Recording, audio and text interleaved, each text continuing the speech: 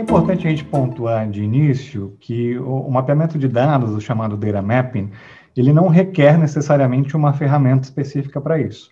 Não há uma necessidade de você contratar um software, alguma ferramenta especial para fazer esse processo.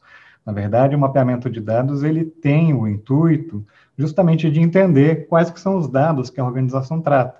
E muita gente faz isso através de entrevistas. Então, você pode pegar simplesmente lá uma planilha de Excel e começar a fazer vários questionamentos para várias pessoas das áreas da organização para entender efetivamente quais dados são coletados, com quem que eles são compartilhados, qual que é a razão dessa coleta e desse tratamento de dados, se vai eventualmente existir alguma transferência internacional de dados, quais que são as medidas adotadas para proteger essa informação.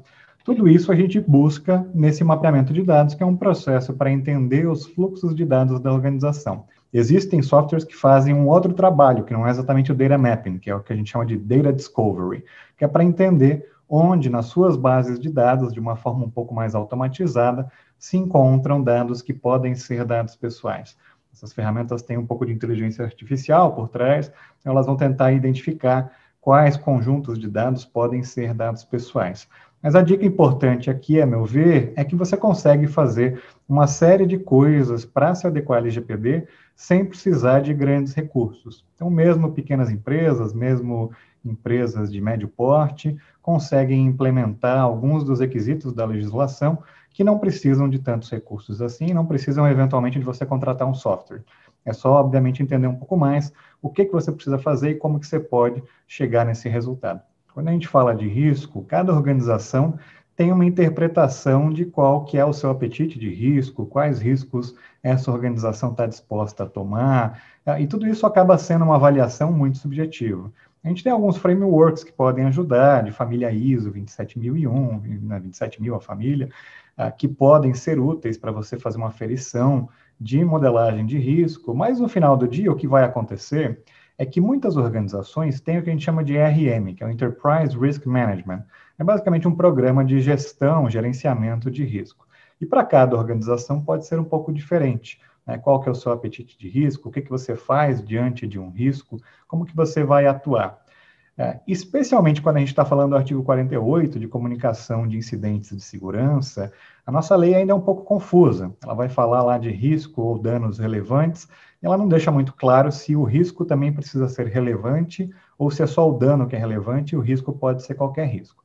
É claro que não faria muito sentido a legislação simplesmente colocar risco genericamente, sem fazer uma atribuição que esse risco precisa ser relevante.